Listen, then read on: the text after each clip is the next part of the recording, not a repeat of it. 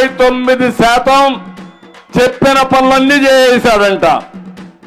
అంటే అబద్ధాలు కోరంటే ప్రపంచంలో ఈయనకి పిహెచ్డి కాదు, నోబెల్ ప్రైజ్ ఇవ్వాలి. అబద్ధాలు చెప్పడం నోబెల్ ప్రైజ్ ఇస్తే, అబద్ధాలు చెప్పడంలో నోబెల్ ప్రైజ్ ఇవ్వాలని గట్టిగా చప్పట్లు కొట్టి అందరూ చెప్పండి.